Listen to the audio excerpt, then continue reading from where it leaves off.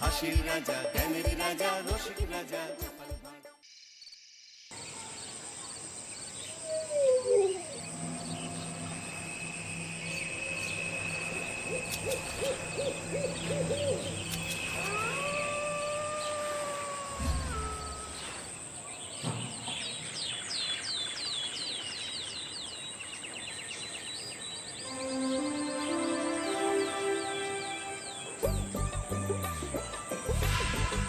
দূর দূর, হঠাৎ করে কেন যে এত চুল ঝরছে বুঝতেই পারছি না। কতদিন হয়ে গেল চুল ওঠা আর থামছেই না। না, এমন হতে থাকলে তো মাথায় টাক পড়ে যাবে। আজ রাজবৈদ্যের কাছে পরামর্শ নিতে হবে। কি ব্যাপার মহারাজ, আজ আপনাকে এমন চিন্তিত দেখাচ্ছে কেন? জীবনে বড় দুঃখ গোপাল, মন মেজাজ একদম ভালো নেই। সে কি কি হয়েছে মহারাজ? গোপাল থাকতে দুঃখ কিসের? আর বলো না, মাথার চুলগুলো আজকাল ঝড়ে পড়া পাতার মতো পটপট করে ঝরে যাচ্ছে। আমি তো জানি কেন এমন হচ্ছে, কিন্তু এখনই মুখ খুললে চলবে না। আর একটু বেশি বিপদ বাড়লে তখন মাঠে নামবো। তাই বলুন। এ তো খুব ছোট ব্যাপার, চুল ঝরলে টাক পড়বে, আর সেটা পড়া কত ভালো জানেন? কথায় আছে, যত বড় টাক তত বেশি টাকা। তুমি চুপ করো তো বাপু। যদি টাক থাকলেই টাকা হতো, তাহলে তোমার টাকা কোথায়? যেটা বোঝো না সেটা নিয়ে কথা বলো না। তাই না তাই, মহারাজের ঝরছে চুল, চিন্তার ভাঁজ মাথায়। গোপাল যতই চেষ্টা করুক, চিড়ে ভিজবে না কথায়। তোমরা সকলে থামো তো দেখি। ও রাজবৈদ্য, তুমি এর কিছু উপায় বলো। আগে মহারাজ, অনেক সময় দেহে ওই লৌহের পরিমাণ কমে গেলে এমন চুল ঝরে। আপনি বরং পালং শাক, ওই কিশমিশ, কলা ও আরো কিছু ফল আমি বলে দিচ্ছি, সেগুলো বেশি করে খান। আচ্ছা আচ্ছা আচ্ছা, তবে তাই করে দেখি।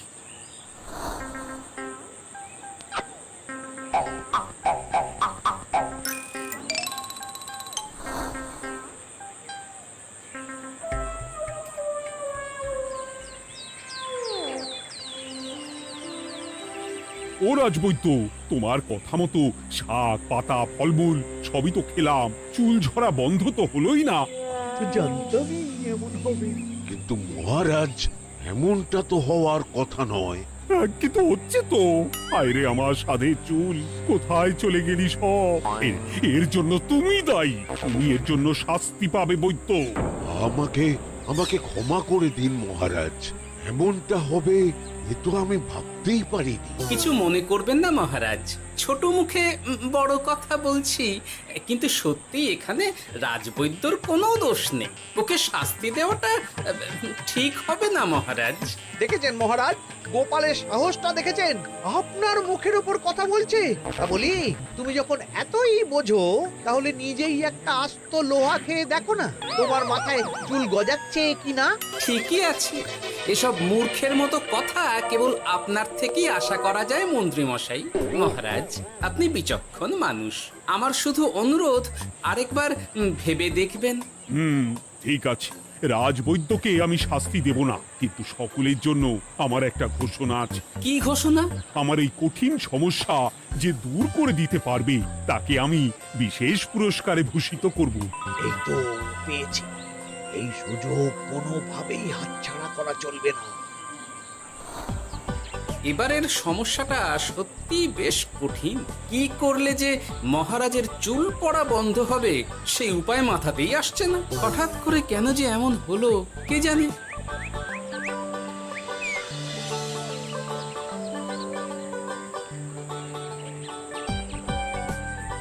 ও মা, তুমি এসে গেছো?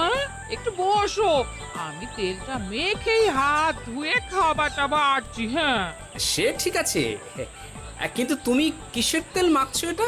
কি আবার মাথার চুলের তেল? এখানেও চুল, ওদিকে মহারাজেরও চুল ঝরে পড়া নিয়ে আমরা সবাই হিমশিম খাচ্ছি গিন্নি। আরে মহারাজের অত সুন্দর কালো চুলগুলো ঝরে যাচ্ছে, এ তো ভারী দুঃখের কথা। সে আর বলতে। ওই জন্যই তো আমি আমি বাবা মাথায় এই জড়িবুটি তেল মাখি, এতে চুলের গোড়া শক্ত করে, চুলকে ভালো রাখে, নতুন চুল গজায় সব। হ্যাঁ কি কি বললে? নতুন চুলও গজায়? সত্যি? হ্যাঁ, বাহ, তাহলে আর চিন্তা কি। আমাকে এই তেলটা একটু দিতে পারবে গিন্নি? মহারাজকে দিয়ে আসি। উনি বলেছেন যে ওনার সমস্যা দূর করতে পারবে তাকে উনি পুরস্কার দেবেন। ওমা, এই তাই নাকি? এই তো দারুণ ব্যাপার গো। নাও নাও নাও, তেলখানা নিয়ে মহারাজকে কাল দিয়ে এসো তাহলে। আর জানিয়ে দিও, দিনে 2 বার কিন্তু তেল মাখতেই হবে। হ্যাঁ, আচ্ছা, ঠিক আছে।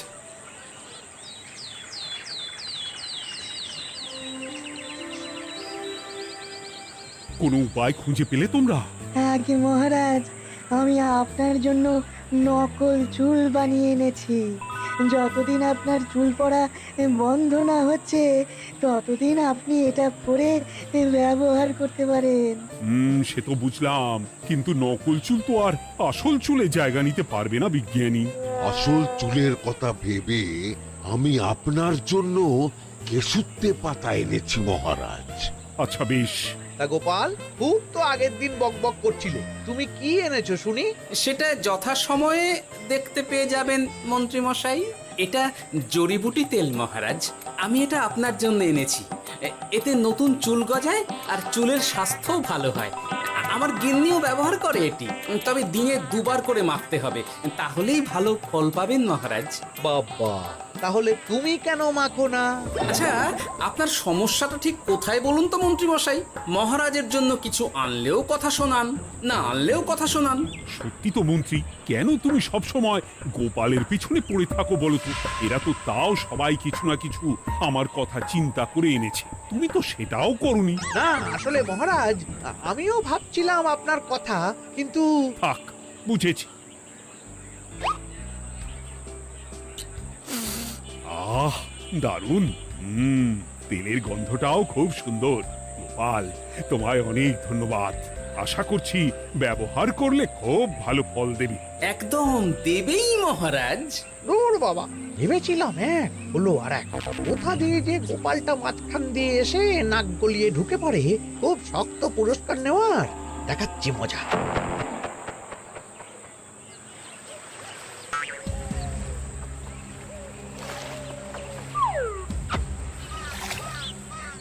এবারে গোপালের তেল দিয়েই সব কিছু তোলপাড় করব।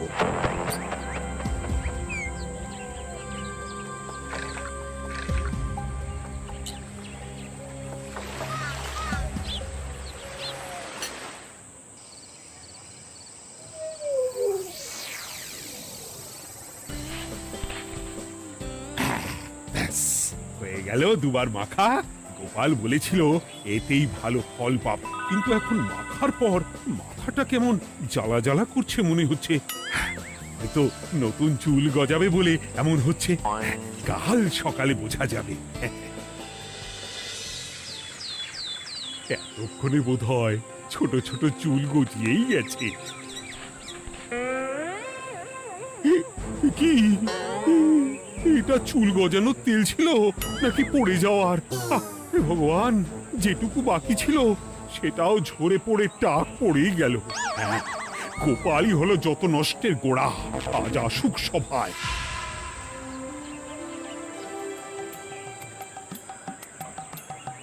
এই যে এখন এলেন উনি। ও কি মহারাজ, আপনি এমন কাপড় মাথায় জড়িয়ে বসে আছেন কেন?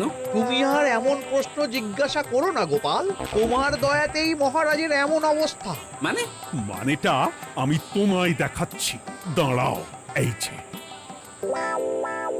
গোপালের দেওয়া তেল মেখেই আমার এমন হয়েছে, আর তার জন্য আমি তোমাকে কোনোদিনও ক্ষমা করব না গোপাল।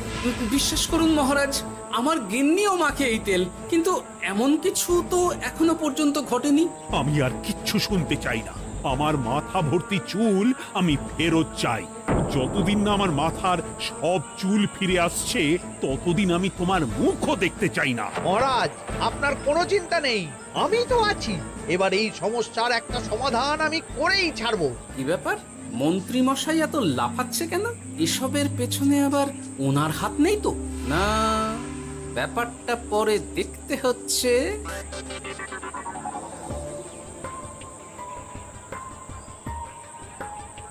আমি বলি কি মহারাজ, এই সময়টা বরং আপনি নকল চুলটা মানে মানে পরচুলা ব্যবহার করুন। হ্যাঁ, অগত্যা, কিছু তো একটা গন্ডগোল আছেই। গিন্নিও তো রোজ মাথায় তেল মাখে, কই এমন তো হয় না। মন্ত্রী যদি কিছু করেও থাকে তাহলেও হাতে নাতে ধরবো কিভাবে? ও কি গো গোপাল দাদু, এখন এই সময় তুমি রাজসভা ছেড়ে এখানে? তোদের দাদু আর রাজসভায় যাবে না রে? কি বলছো গো? কেন? আর কেন, বিনা দোষে এমন শাস্তি। তোমায় শাস্তি দিয়েছে, তুমি শুধু বলো কে তোমার সাথে কি করেছে, বাকিটা আমরা বুঝে নিচ্ছি। আচ্ছা বলছি, কৃষ্ণনগরের মন্ত্রী মশাইয়ের বাড়িটা কোন দিকে একটু বলতে পারবেন?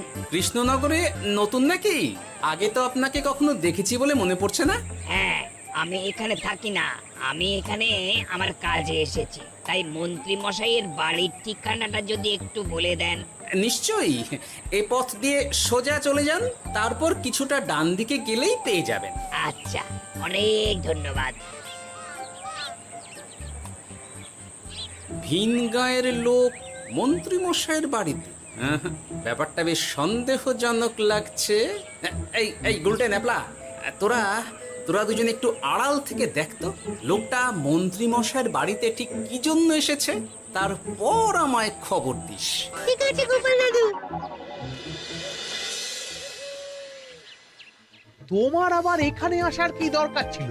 আমি তো বলেছি যে আমি ঠিক গিয়ে তোমার পাওনা গন্ডা মিটিয়ে দেবো। মিটিয়ে দেবে? কতদিন হয়ে গেছে জানেন? দেখো, হয় আমার কীটনাশক আর সার সব ফিরিয়ে দিন, নয়তো আমার জিনিসের দাম মিটিয়ে দিন। কীটনাশক, সার আর কি করে ফেরত দেবো বলো? ও তো সব পুকুরের জলে মিশে গেছে। ওসব আমি জানি না, আমার পাওনা গন্ডা মিটিয়ে দিন, ব্যাস। চল চল, এখনই তাহলে গোপাল দাদুকে গিয়ে সব জানাই। চল চল। দাদু, ও গোপাল দাদু। তোরা এসে গেছিস? আয় আয় আয় আয় আয়। মন্ত্রী মশাইয়ের মুখ থেকে অনেক খবর পেলাম। তাই নাকি? কি শুনি? মন্ত্রী মশাই ওই লোকটার কাছ থেকে অনেক কীটনাশক সার নিয়েছে, কিন্তু এখনো জিনিসের দাম মেটায়নি। হ্যাঁ, ওই জন্যই তো মন্ত্রী মশাইয়ের উপর লোকটা খুব রেগেছিল, হুমকিও দিয়েছে 1 সপ্তাহের মধ্যে জিনিসের দাম সব মিটিয়ে দিতে হবে। তাই নাকি? কিন্তু কীটনাশক সার নিয়ে মন্ত্রী মশাই কি করবে? সেটা তো বলতে পারবো না দাদু। তবে হ্যাঁ, মন্ত্রী মশাই ওই লোকটাকে বলছিল যে ওই সব কীটনাশক সার পুকুরের জলে মিশে গেছে। কি বললি? পুকুরের জলে? আচ্ছা, এবার দুয়ে দুয়ে 4 করা গেল। অনেক ধন্যবাদ রে তোদের। বল বল, তোরা কি খাবি? কিচ্ছু লাগবে না গোপাল দাদু, তবে ভোলা বয় আর মিষ্টি খাওয়ালে। আচ্ছা আচ্ছা। কি করে যে মহারাজকে আসল ব্যাপারটা বোঝাই, কিছু তো একটা উপায় বের করতেই হবে। তা বলি বাবা, রাজসভায় যেতে হবে না বলে কি সারাদিন এইভাবেই শয়নে শয়নে দিন কাটাবেন বাবা? হ্যাঁ, উপায় পেয়ে গেছি। বুঝলে গিন্নি, আমাকে একটা জায়গায় যেতে হবে, বুঝলে? তারপর ওখানে যদি কাজ হয় তাহলে আগামীকাল রাজসভায় আমি যাব। কিন্তু তুমি যে বলেছিলে তোমার এখন ছুটি। হ্যাঁ, কি আর করি বলো, গুরুত্বপূর্ণ একটা কাজ, তাই যেতেই হবে। আচ্ছা যাও। ওই গো বিজ্ঞানী, আরে গোপাল যে, বলো। এই এই যে বিজ্ঞানী, একটা বিশেষ দরকারে তোমার কাছে এলাম, বুঝলে? হ্যাঁ, বলোই না। আচ্ছা, এই দূষিত জলকে কিভাবে আবার পরিশুদ্ধ করে বলতে পারবে? কেন পারবো না? জলের মধ্যে একটু চুন আর ফটকিরি দিয়ে দিলেই জল আবার দূষণমুক্ত হয়ে যাবে। তবে ওগুলো দেওয়ার পর কিছুদিন সেই জলকে ব্যবহার করা বন্ধ রাখতে হয়। হ্যাঁ। আচ্ছা আচ্ছা, অনেক ধন্যবাদ, আসি তাহলে। হ্যাঁ,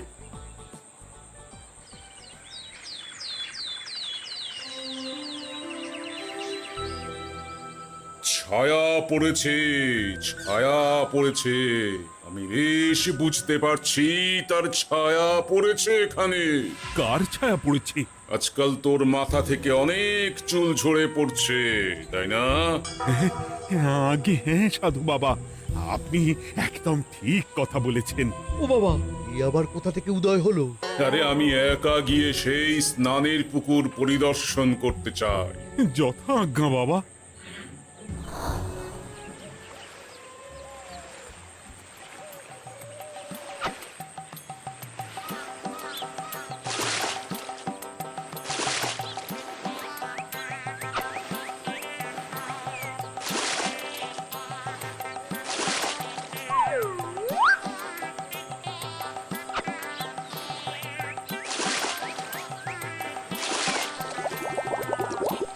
যাক বাবা, মোটামুটি সপ্তাহখানেক এভাবে থাকলেই পুকুরের জল আবার আগের মতো পরিষ্কার হয়ে যাবে।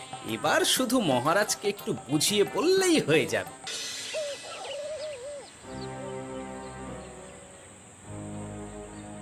কি বুঝলেন সাধু বাবা? আমার অনুমানটাই ঠিক ছিল। পুকুরের জলে কালো ছায়া পড়েছে, কুদৃষ্টি পড়েছে, তাই এমন হচ্ছে। সে কি? কি কালো ছায়া? যত সব বাজে কথা। জল দূষণ করলাম আমি, আর দোষ পড়ছে কালো ছায়ার উপর। তাহলে এখন কি হবে? চিন্তার কোনো কারণ নেই। আমি মন্ত্রপুত ভস্য ছড়িয়ে দিয়েছি। 1 সপ্তাহ ওই পুকুরের জল স্পর্শ তো দূর, পুকুরের কাছেও যাওয়া নিষেধ। তাহলে এখন মোহরের কি হবে? যথা আজ্ঞা সাধু বাবা। ও কি, তাহলে মহারাজ এতদিন স্নান করবেন কোথায়? সে কথা কাউকে চিন্তা করতে হবে না। মহারাজের ওপরে কালো ছায়া পড়া জল পড়েছে, তাই আগে সেটা শোধন করতে হবে। আমাকে তাহলে কি করতে হবে সাধু বাবা? আমার শিষ্য গোপাল আমাকে আগেই এই বিষয় জানিয়েছিল। আমি তার হাত দিয়েই তোর স্নানের জল পাঠিয়ে দেব। তাই আগামী 1 সপ্তাহ সেই জল দিয়েই তোকে স্নান করতে হবে।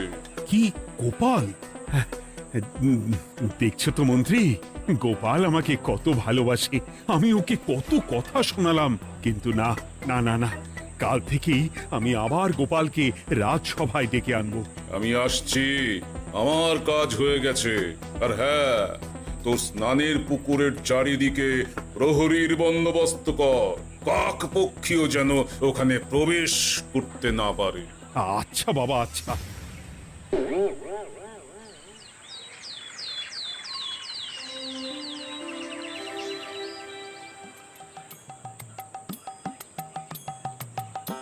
গোপাল, তোমাকে আবার এখানে দেখতে পেয়ে আমার খুব ভালো লাগছে। তোমার গুরুদেব গতকাল এসেছিলেন, কিছু মনে করো না। না বুঝেই তোমাকে অনেক কথা শুনিয়েছি। না মহারাজ, আমি জানি আপনি আমাকে খুব ভালোবাসেন, তাই আমি কিছু মনে করিনি মহারাজ। এই নিন, আমি আপনার স্নানের জল এনেছি। হ্যাঁ হ্যাঁ হ্যাঁ, দাও দাও দাও।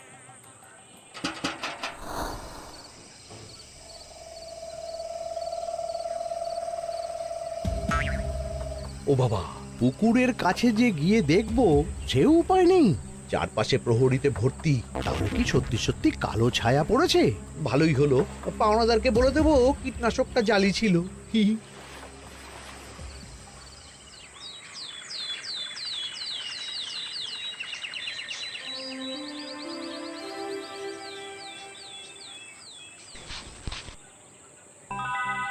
এই তো আমার সেই পুরনো কালো চুলগুলো আবার ফিরে এসেছে।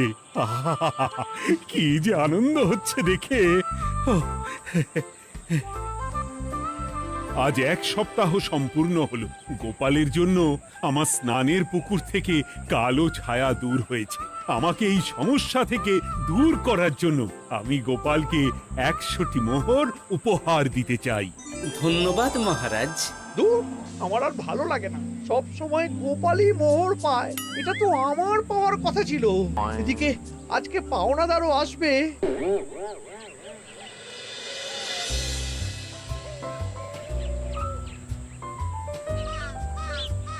গোপাল দাদু, ওই লোকটা এসে গেছে।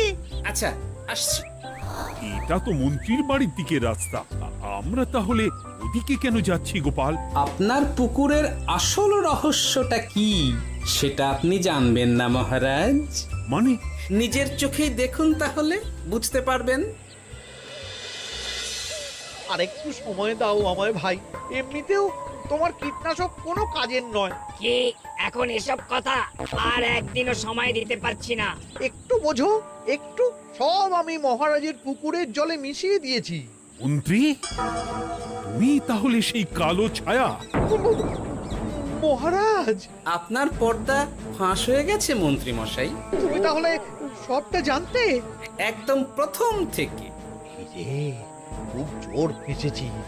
এদিকে পাওনাদার, ওদিকে মহারাজ, এখান থেকে কেটে পড়তে হবে। গন্ডগোল করে আবার পালানো হচ্ছে কবে রে? বলো, কেন করেছিলে? মহারাজ, আমি ভেবেছিলাম আপনার সব চুল উঠে গেলে আমি আপনার কাছ থেকে চুল গজানোর ওষুধ দেওয়ার নামে অনেক টাকা লুটবো। কিন্তু সেই ভাবনা ভাবনাই থেকে গেল, সেগুড়ে যে বালি হয়ে গেল। ভাবা যায় চুলের জন্য চুলোচুলি। এবার আমরা সেই কাঙ্ক্ষিত ডালটা বাছাই করে কলম করা হবে। ফেলে দেন, কাজে লাগে নাকি?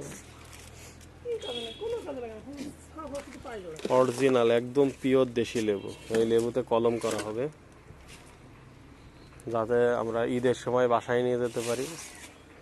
কোন জায়গায় গেছেন ভাই? ওইটাই না করে একটু পাকা ডালে করেন।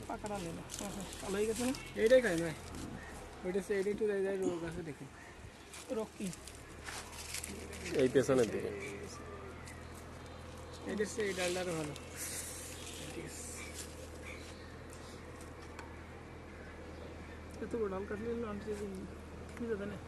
দেখেন, যেটা ভালো হয় সেটা করেন। এই যে কলম করার জন্য এভাবে একটা আপনারা পেন্সিল সাইজের ডাল বাছাই করে নিতে হবে। পেন্সিল সাইজের ডাল বাছাই করে নিয়ে এভাবে সুন্দর করে চারি সাইড থেকে কেটে ছালটাকে উঠায় নিতে হবে।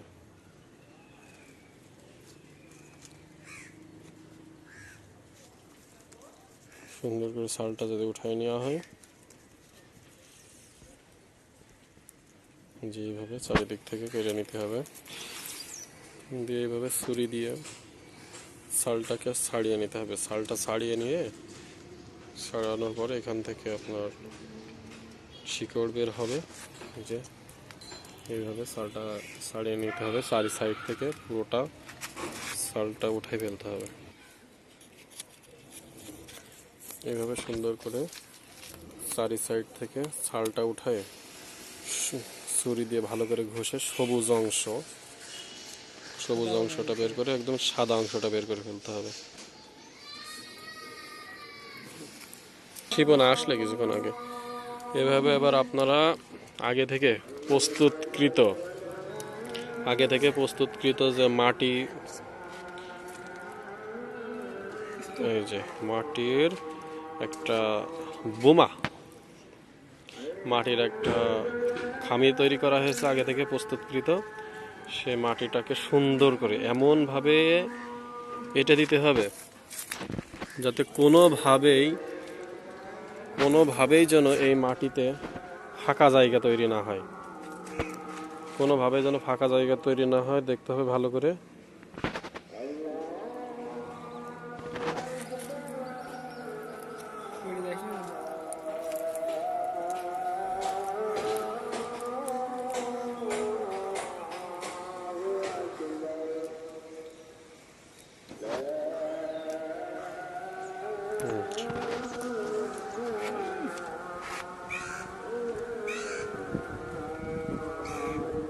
সুন্দর করে এই যে প্রস্তুত হয়ে গেছে।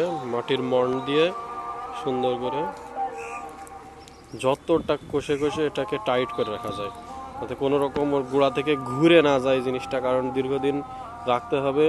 শুকিয়ে অনেক সময় ঘুরে যায় জিনিসটা, আর ঘুরে গেলে আর শিকড় বের হবে না, তখন কলমটা নষ্ট হবে। এই যে কলমের ডালটা এরকম।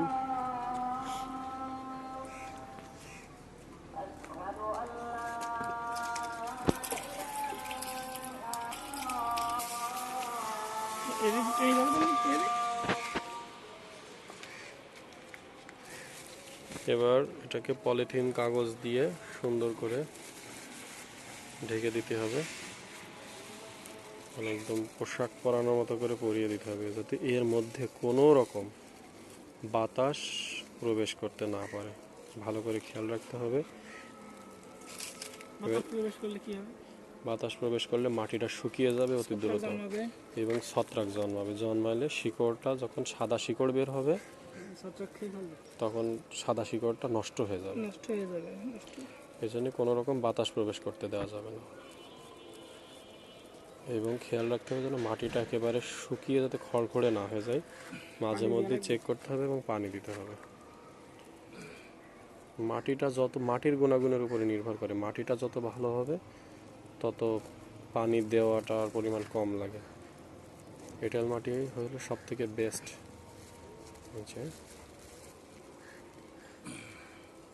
সুন্দর করে বেঁধে দিচ্ছে আমাদের বড় ভাই। এবার এটা নিচে বেঁধে দিতে হবে। নিচে যে ভাই এই দড়িটা কাটার দরকার নেই, এভাবে ঘুরিয়ে বেঁধে দিন।